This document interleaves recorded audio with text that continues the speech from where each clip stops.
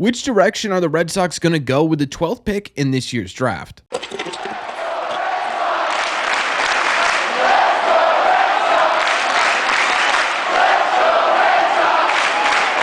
What is going on, everybody? Welcome back to Red Seat Radio. My name is Corbin. Right now, there's a lot of mystique around where the Red Sox are going to go with their 12th pick in this year's draft. Basically, every major publication has them going a completely different direction. And to me, there's two different philosophies the Red Sox could approach this draft with. So what we are going to do in today's video is we're going to take a look at two options for the Red Sox to draft with their first pick in this year's draft. We're going to talk about why they may go this way, what it means for this organization, and ultimately what's the best strategy for the Red Sox to take here. But before we get into that, I just want to give you guys a heads up. Over the next few days or even weeks, we're going to be looking at a little bit of a different video structure. Right now, MLB is refusing to allow me to use their clips in these videos without demonetizing all of them. So we're going to have to do things a little bit differently, at least until I can figure that out. Don't worry though, we aren't going to stop making videos, and I'm still going to give you guys the best content possible. So I apologize for the inconvenience, and I hope you're able to bear with me for the next few videos. Thank you all very much for clicking on this one. Let's get into it.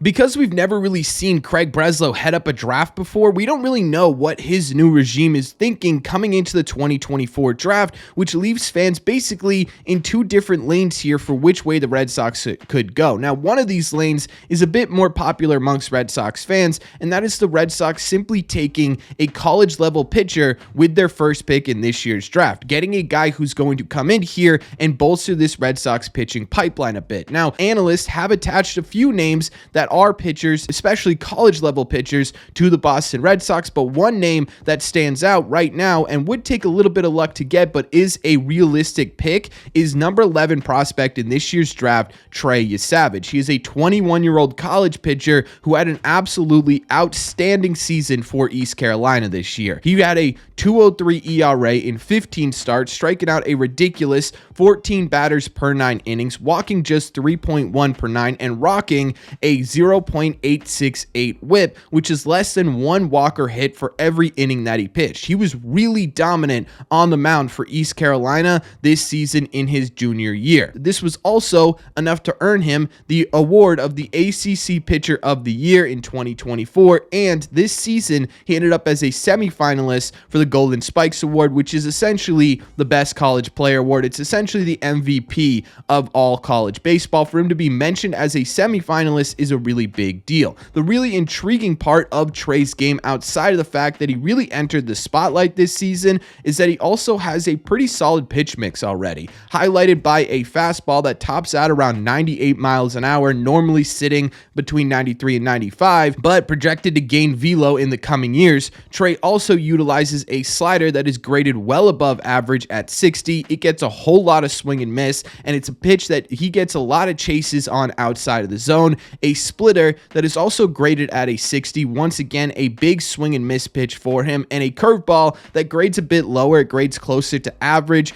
but it also isn't used as much as the other three. I think most people, myself included, what they really like about this pick is that it completely differs from what the Red Sox have done over the past couple of years, which is just simply taking the most athletic person available in the first round, right? That's what they've done in the Chaim Bloom era. Will that change in the Craig Breslow era? Will they get more specified as to really sort of trying to fill their needs over the next coming weeks and get a guy like a Trey Yesavage or someone similar who would be able to come in here and bolster this pitching pipeline? And what I really like about this potential pick for the Boston Red Sox is that this would be a college level pitcher, a guy who's had multiple years of experience pitching at the college level. Why I like this so much is because it shortens his timeline to Major League Baseball. Normally, when you draft a high school shortstop or a high school center fielder, it takes 4, 5, 6 years for these guys to hit the Major League level. With a college pitcher like a Trey Yesavage, that pipeline is much shorter. It's only 2, maybe 3 years until he's at the Major League level, and this is a guy who could almost immediately make an impact for the Boston Red Sox. Right now, the Red Sox have one of the best positional prospect pools in the entire Major League system,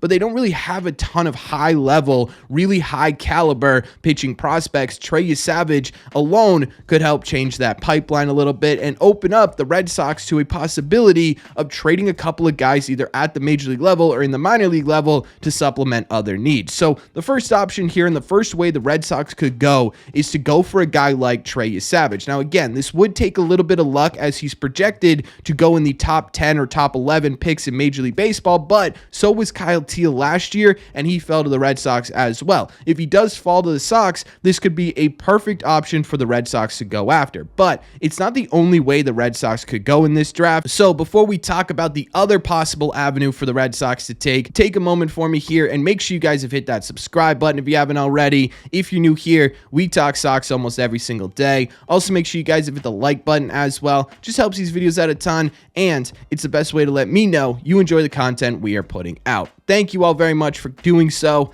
Let's get into the other way the Red Sox could go. The other school of thought here for the Red Sox is that they just simply go after the most athletic player available with their 12th pick, and this is actually the direction a lot of people think the Red Sox will go. According to most mock drafts, and most people have the Red Sox going after the most athletic position player available, and one of those options is a guy by the name of Seaver King, who is a third baseman slash outfielder for Wake Forest. At 21 years old, the right-handed hitter slash 308 with a 377 on base percentage and a 577 slug, good for a 954 OPS this season with Wake Forest. He also had 16 home runs, 64 RBIs, and 14 doubles in just 60 games. That is a whole lot of power potential from Seaver King. He also had a really solid strikeout to walk ratio this season, walking 25 times to 34 strikeouts, which basically means during the 2024 season, he was walking basically every 1.25 times he was striking out. Pretty solid statistics overall from Seaver King. He also, which is important to note, excelled in the Cape Cod League last year, slashing .424 with a 479 on base percentage and a 542 slug, good for a 1.021 OPS. The reason it's important to note that is because the Cape Cod League is a wooden bat league. There's always some questions as to whether or not a prospect is going to be able to transition from metal to wood bat successfully and maintain the power approach that they had. Seaver King had 16 home runs with a metal bat, and what does that look like with a wooden bat is the big question. However, with this Cape Cod League experience, with him being successful in the Cape Cod League, it is just 16 games, but still is a really good sign that that power should be able to transition a bit better into Major League Baseball. Now, here are Seaver King's current grades going into the 2024 draft. There's one thing that really stands out here, and that is his speed. His speed is very highly rated amongst scouts, and he's utilizing that speed in college baseball to swipe bags and really be an above average defender as well. One thing to also point out is that the power grade isn't exactly fantastic at 45, but a little bit below 50, which is pretty much about average. This has a lot to do, again, with that transition from the metal bat to the wooden bat, but with Seaver, it should be a little bit of an easier transition like we just talked about, and once you get into professional baseball, start getting into a strict regimen, start gaining muscle, that power should come as well. This could be a really intriguing prospect for the Boston Red Sox to go after. On top of that, he's played basically everywhere on the diamond this year. He played a little bit of outfield and center. He played some third base, some second base, and some short this year, but many scouts believe that he is probably best suited as an outfielder as his hands aren't the quickest on the infield, which could be really interesting for the Boston Red Sox. Not only do the Sox have some top prospects that are in the outfield right now, specifically two of their top 5 guys, but they also have some really interesting players at the major league level that should be around for quite a bit of time. However, the intriguing thing with King here is not only could he play some solid outfield, you can essentially plug him in basically anywhere on the diamond, and he's going to give you pretty solid defense. With the Red Sox getting really left-handed heavy over the next couple of years, drafting a guy who is simply the most athletic in their position and is a right-handed hitter could provide a whole lot of relief for that problem over the next couple of years. And him being a college level athlete like we talked about with Trey Yesavage is the fact that his pipeline is much shorter than a lot of other players' pipelines, right? Again, you talk about drafting an 18-year-old shortstop who, again, before everyone freaks out about the shortstop draft, these are guys that you can plug and play anywhere because they're simply the most athletic player available. You have to wait 4, 5, 6 years for them to get up here. With King, you're probably not going to have to wait that long. It's probably only going to take a couple of years until he's major league ready, which could be enticing for this Red Sox team. When you take a look at these two schools of thoughts together, I know, again, I've said it before, that the more popular opinion is that the Red Sox simply need to draft pitchers, right? They need to go after this and bolster their pitching pipeline. And while they do need to do that, I think there's a lot of merit and reasons why a lot of analysts have the Red Sox taking just simply the best available player at the time in their pick. And now this best available pick could end up being a pitcher, right? We could end up not even needing to have this conversation, but if it's not, I personally still think the Red Sox should just simply go after the most athletic player available, and I'll tell you exactly why. The reason I think that is because what it does is it gives the Red Sox options. If the best available player out there is any sort of positional player, well, the Red Sox are adding to an area where they have a wealth of depth, and what that does is allow them to really sort of take a look at the rest of this system and the rest of the players and make a decision as to who they want to continue to build and who they want to turn into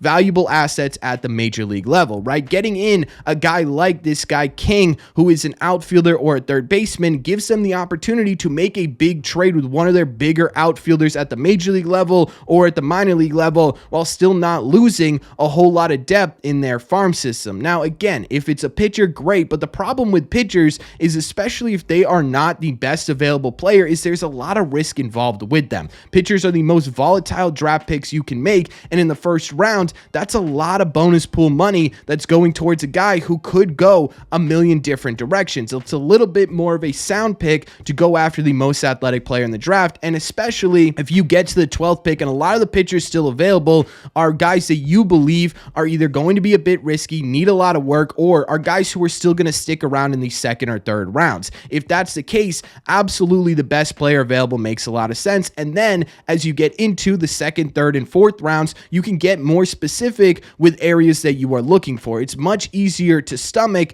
a second round or a third round draft pick that is a starting pitcher that doesn't end up working out than it is a first round draft pick that doesn't end up working out. So in my opinion, with the risk involved with a starting pitcher and with the opportunity that the Red Sox have to really sort of put themselves in a situation with a lot of valuable assets to turn into legitimate major league talent via the trade market, to me, it makes a lot of sense to go the best player overall route, regardless of what that position is. And in my opinion, I think that is the route the Red Sox go. If that's a pitcher, great. If it's not, also great. The Red Sox have given themselves some opportunities, but that's just my opinion. So let me know in the comment section down below. One, there are 100 different ways the Red Sox could go in this year's pick. So let me know specifically if there's someone you've got your eye on for a guy that you want the Red Sox to draft this year. And two, let me know which philosophy you guys would go with. Would you go with best overall available player, or would you go with specific positional needs? Let me know all your thoughts on this year's 2024 draft in the comment section down below. As always, if you made it to the end of this video, do me a favor. Make sure you guys have hit that subscribe button if you haven't already. If you're new here, we talk Sox content almost every single day. Also, make sure you guys have hit the like button on this video as well. Just helps these videos out a ton. And again, it's the best way to let me know you're enjoying these content. Again, I apologize for the change in video. I'm working on it. I'm hoping and praying we can get to a point where I can put in actual better highlights at some point in the future. We'll see. Don't forget, you can also get these episodes available in podcast form on Spotify or Apple Podcasts. Those are in my description, or you can just head over to your favorite podcasting app and look up Red Seat Radio. Thank you all very much for clicking on this one, and I will see you in the Red Seats.